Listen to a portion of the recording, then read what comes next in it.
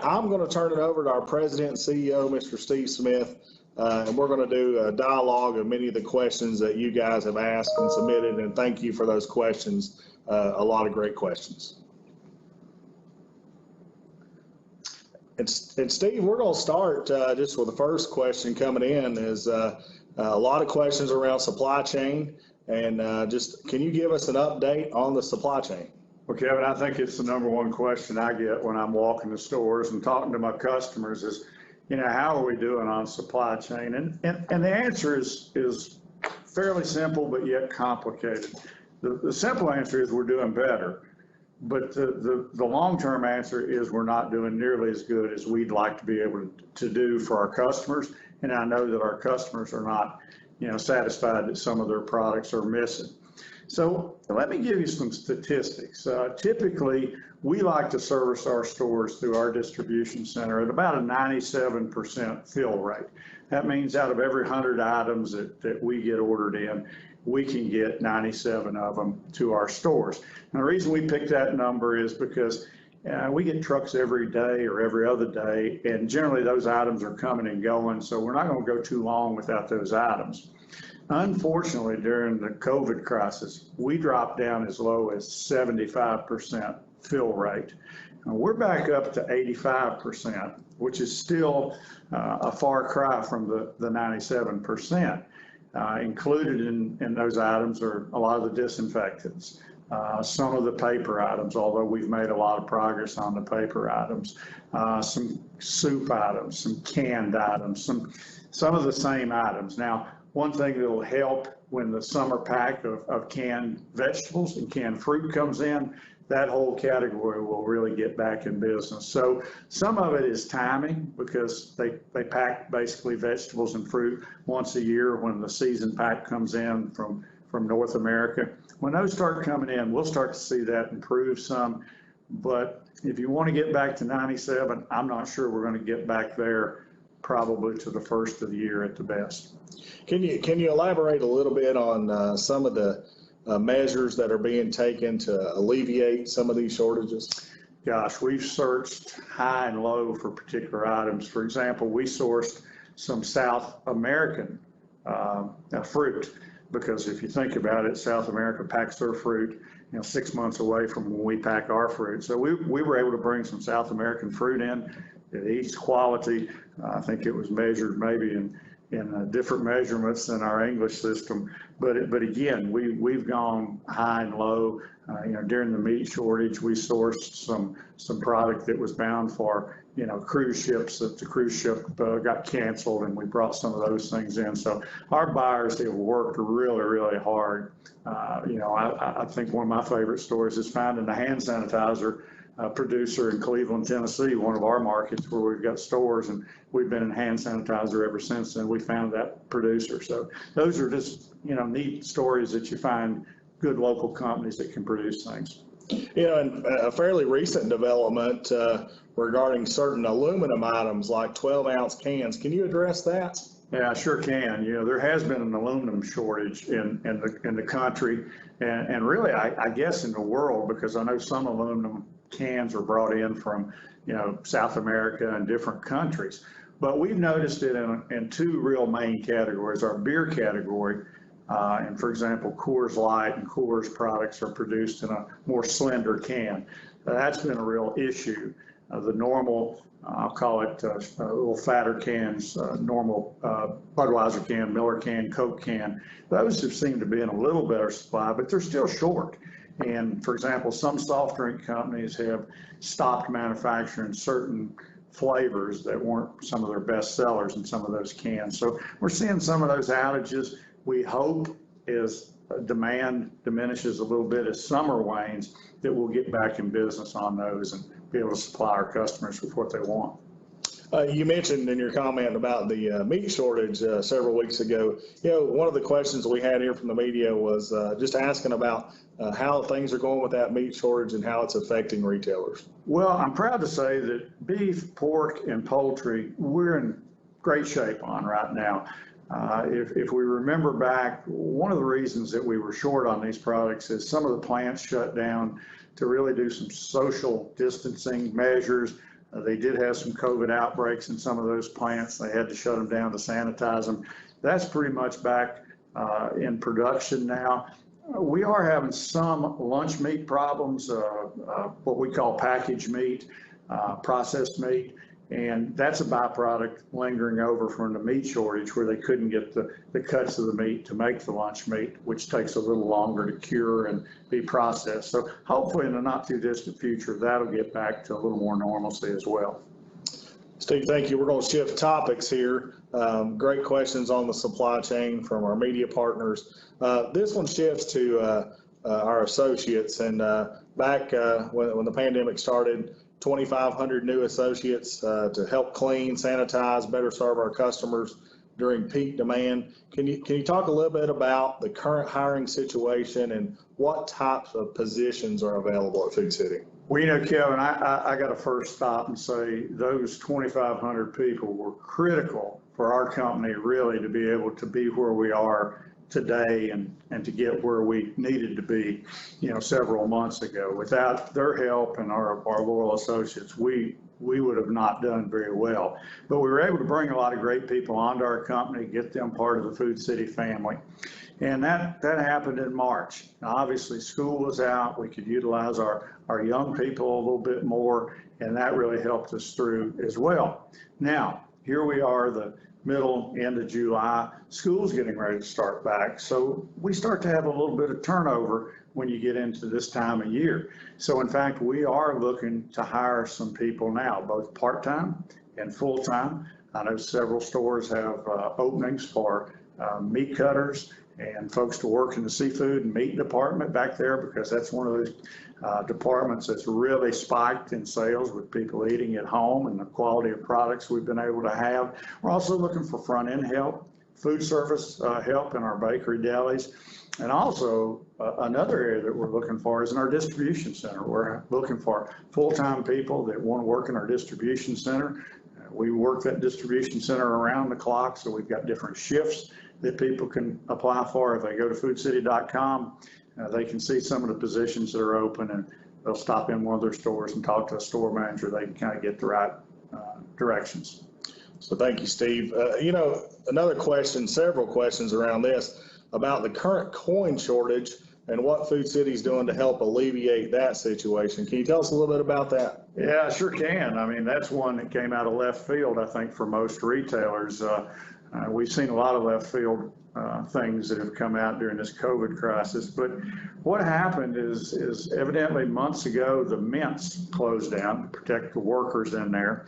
And when the mints weren't producing coins, there weren't any coins going into circulation. So I know a lot of people kind of hoard their coins. They put them in jars or cans and, you know, bring them to get them cashed in periodically. Well, there was a shortage, and there still is a shortage. We're getting probably, when we order from the banks, 20 or 25% of the change orders that we request.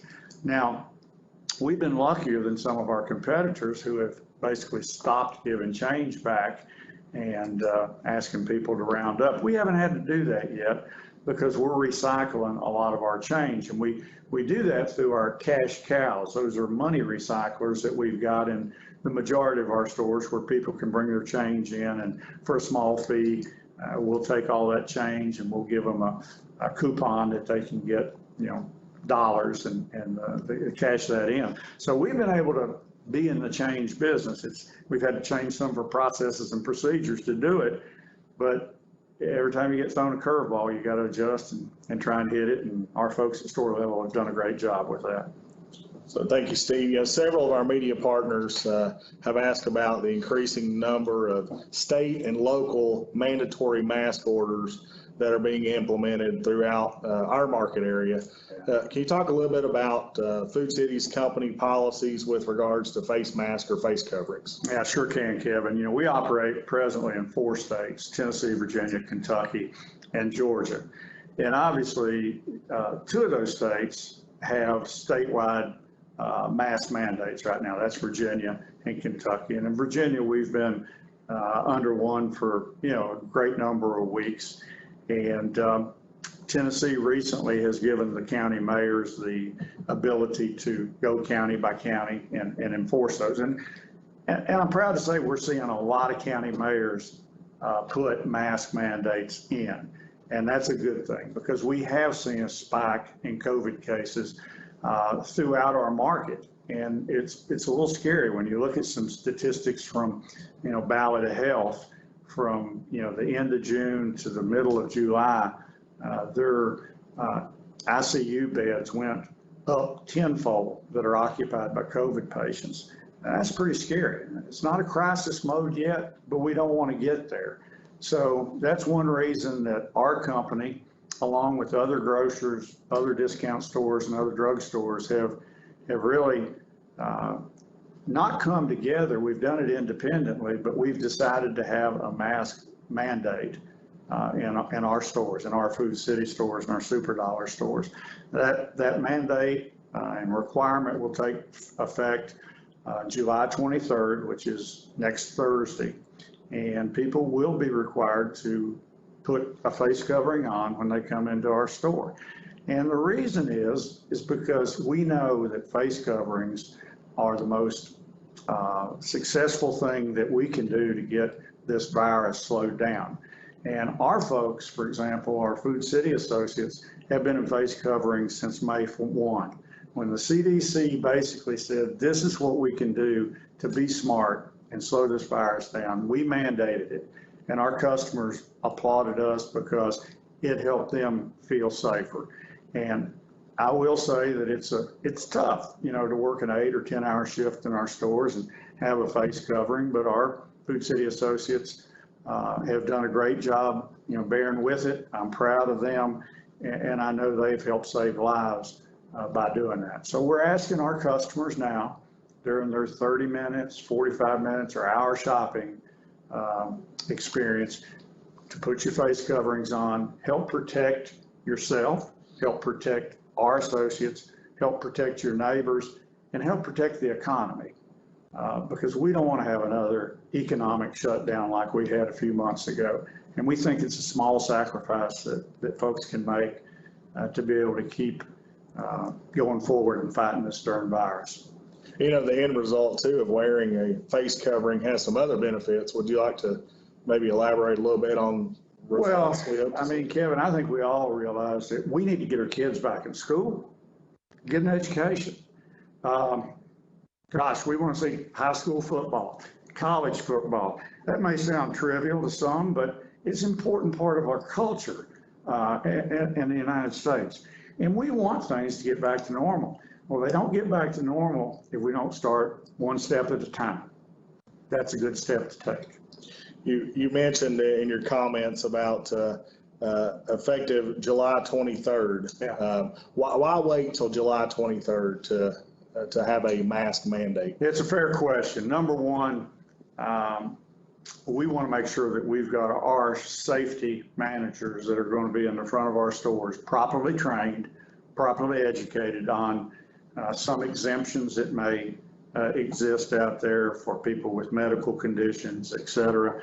We want to make sure that they have the right message to be able to give to our customers when they come into our stores. We'll do that with signage. We'll do that with a hand sanitizing station where they'll be located, and they'll encourage our customers and, to be honest, require customers to put their mask on. And we will have some masks that we can hand out if people don't have them. I know most people have a mask like I do that they like, that's comfortable, and it seems to fit their face good, but we'll have some disposable masks that we'll hand out to our folks. But the other thing is we had to get the signs printed. We just had to get ready to do this and do it the right way. And we'll kick it in next week. Steve, I think I'm right on this. Day 128?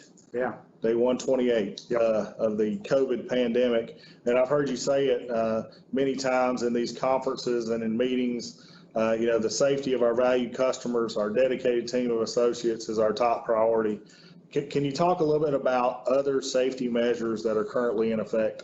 Josh, Kevin, probably the most important thing is the way we clean our stores and sanitize our stores, not just, daily, but every hour on the hour, and wiping high touch areas down, making sure our folks are wearing their face mask properly. The shields that we put up, plexiglass shields we put up in front of our cashiers and our pharmacies, and where people interact and do the right things. Social distancing messages in our stores, we use our intercom to do that as well.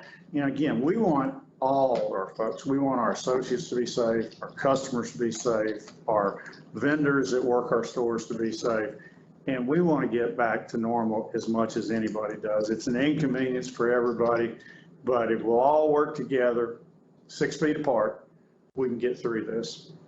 Steve, a couple other questions around, safety measures. What about alternate methods of shopping?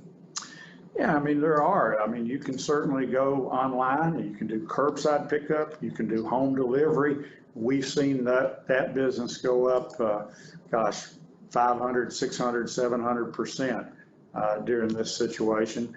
We've really got some great personal shoppers. I hear from my customers a lot that they love their personal shopper. They say they can shop better than I can. And, part of that sometimes is true because they've got access maybe to the butcher back in the meat department, or the baker in the bakery department that sometimes a normal customer doesn't see. But we'd encourage them to do that.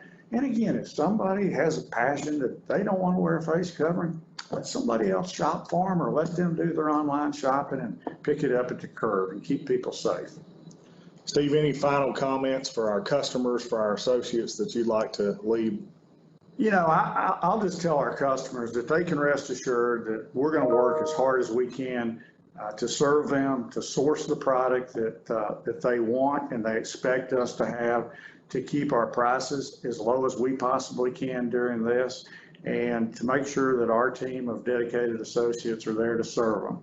And if they're healthy, they'll be there. If they're not healthy, then we'll all be short, and our stores won't be as nearly as functional as well as they do today. So if we'll work together, again, as I've said so many times, we're in this together, we'll get through it together. All right, thank you, Steve. Thank you to our media partners again. You gave us some great questions. Hope we were able to answer all of those for you and give you an update. We hope you have a great day and appreciate all you do. Thanks.